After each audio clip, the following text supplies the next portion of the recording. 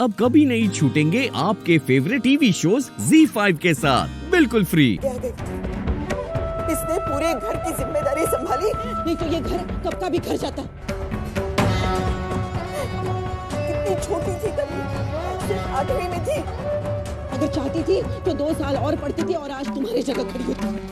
लेकिन फिर तुम्हारी पढ़ाई कैसे पूरी होती और तुम्हारे पापा किसके भरोसे ये घर छोड़कर ऑफिस चले जाते और इसका कॉलेज कैसे कंप्लीट होता। इसने तुम लोगों की भलाई के लिए अपना भविष्य, अपनी सारी पढ़ाई दांव पर लगा दी।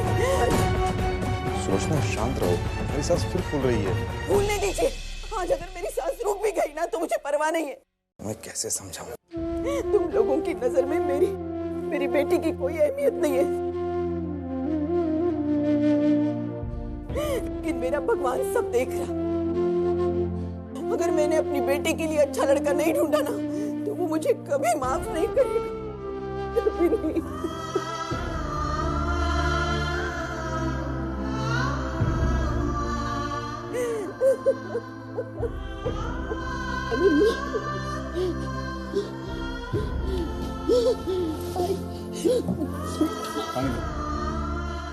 सॉरी, अब लेट हो गई। मैंने जल्दी आने की बहुत कोशिश की मगर छुट्टी ही नहीं मिली मुझे।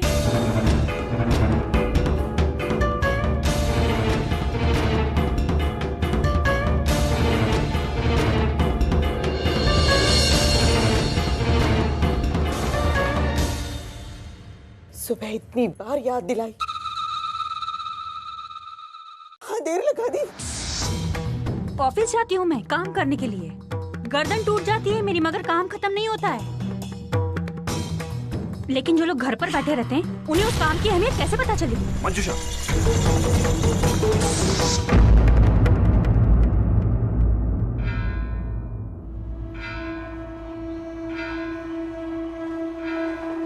नौ बज गए हैं, बच्चों को खाना खाकर सोना भी है, वरना सुबह उठने में देर हो जाएगी। अरे मैं तो भूल ही गई, कल सुबह 8:30 बजे का लेक्चर है, मुझे लेट हो रहा है। मैं जा रही हूँ।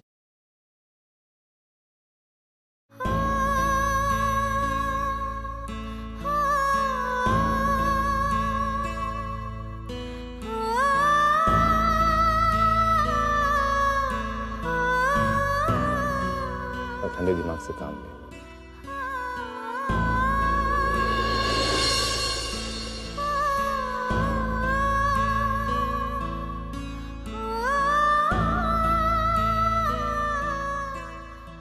हर कोई चला गया अपने अपने कमरे में, अपनी अपनी जिंदगी जीने के लिए। अर्चना के साथ जो हुआ, किसी को उससे कोई फर्क नहीं पड़ा। आने वाले कुछ पलों में शायद वो सब कुछ भूल भी जाएंगे।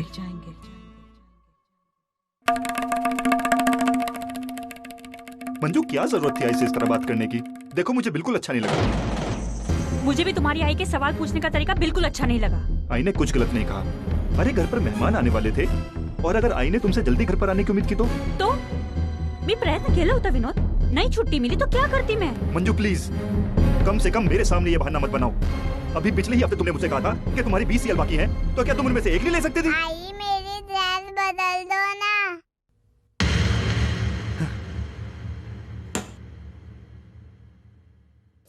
चल इकड़े, ये चल ये। तुम तो जानते हो ना विनोद कि वो छुट्टियां मैंने क्यों बचा कर रखी हैं, ताकि हम तीनों पुन्नी के वेकेशन में जयपुर जा सकें। माहित है ना तुम्हाला?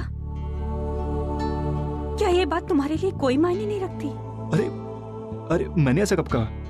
और ऐसी बात नहीं है मंजू, मैं भी तुम दोनों के साथ छुट्टियां मनाना चाहता हूँ, पर इस वक्त अर्चना की शादी हमारी छुट्टियों से ज्यादा जरूरी है। हाँ माना मैंने, तो उसके लिए भी मैंने 3-3 बार छुट्टियां ली थी। लेकिन तब तो तुम्हारे घर वालों ने ये नहीं कहा कि अरे वाह मंजू, तूने एक अच्छी बहू होने का फर्ज निभाया है। देखो मंजू, राव दिया, मैं भी तुम्हारे घर वालों से कोई उम्मीद नहीं रखती हूँ कि वो मेरे गुण गाएं, क्योंकि सारे अच्छे गुणों का ठेका तो तुम्हारी बहन अर्चना ने लेकर रखा हुआ है ना। हद है। अरे मानती हूँ मैं कि वो घर के थोड़े बहुत कामकाज कर लेती है, लेकिन इसका ये मतलब तो नहीं कि सारा इम्पोर्टेंस उसी को मिले।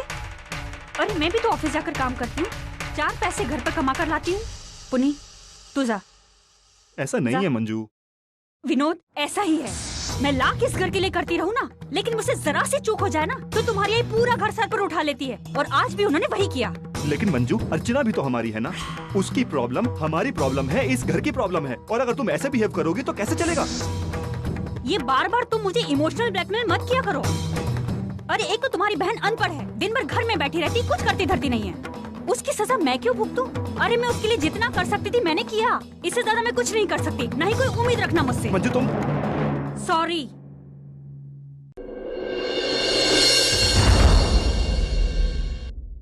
अर्चो,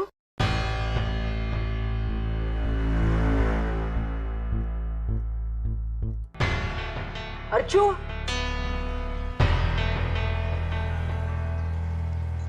हाँ, वैसे भी कल मेरा लेक्चर 12:30 बजे तक खत्म हो रहा है, तो पक्का मिलते हैं। अच्छा चल रखती हूँ, दादा के फोन से बात कर रही हूँ। सुन ना ताई, कल चलेगी मेरे साथ? वहाँ पे कॉन्कॉर्ड मॉल में सेल लगी है, ड्रेस मटेरियल पे 20% की डिस्काउंट। रियली? अब 1 बजे मेरे ऑफिस में लंच टाइम होता है, 1:30 बजे मॉल में मिलते हैं डायरेक्टली। और वैशु, वहाँ पे मूवी थिएटर भी है, शॉपिंग के बाद मूवी देखने चले? वैशु, चाह। Thank you. ताई, हाँ ताई, मेरे लिए भी कॉफी ला दोगी प्लीज? आई डोंट नो, अच्छी मूवी होगी। और सुन, वहाँ पे पहले से टिकट्स बुक कर लेना, बिकॉज़ वहाँ पे जाने के बाद हाउसफुल का झंझट नहीं, क्योंकि फिर टाइम पास होता है खाली। समय के साथ साथ हर किसी की जिंदगी बढ़ती जा रही है, आगे बढ़ती जा रही है। बस मेरी अर्चना, वो बरसों पहले जिस मोड़ पर खड़ी थी, उसी मोड़ पर आज भी खड़ी है।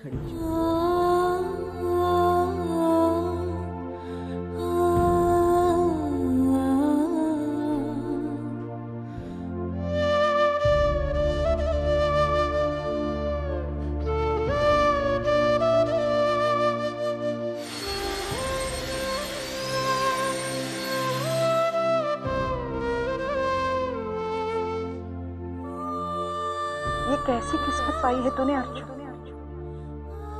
इतना सब कुछ हुआ तेरे साथ, फिर भी चेहरे पर एक शिकन नहीं। शायद मेरी बेटी को अफसोस मनाने तक के फुर्सत नहीं।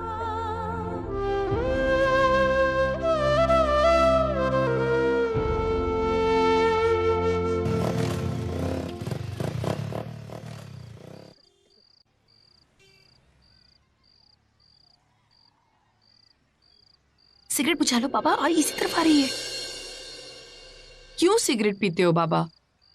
डॉक्टर ने मना किया है ना आपको? हाँ, मना तो किया है, ऐसे ही कभी कभी मन बहलाने के लिए पी लेता हूँ। मन तो बहल जाएगा, लेकिन सेहत का क्या? अच्छा चलो चलो, अभी खाना लग गया है, खाना खा लो। अर्चू बेटा, बेटा तू मुझसे नाराज तो नहीं है? किस बात को लेकर बाबा? बेटा वो दिन में मेरे मुंह से कुछ बातें निकल गई थी ना तुम्हारे लिए, पर बेटा यकीन मानो, मुझे भी तुम्हारी उतनी ही फिक्र है जितनी तुम्हारी आई को।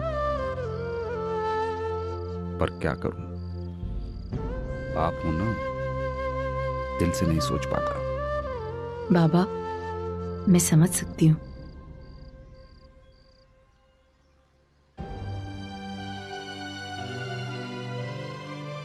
बेटा मैं तेरी आई को कोई दोष नहीं देना चाहता, उसकी सोच गलत नहीं है, गलत है उसका रवैया।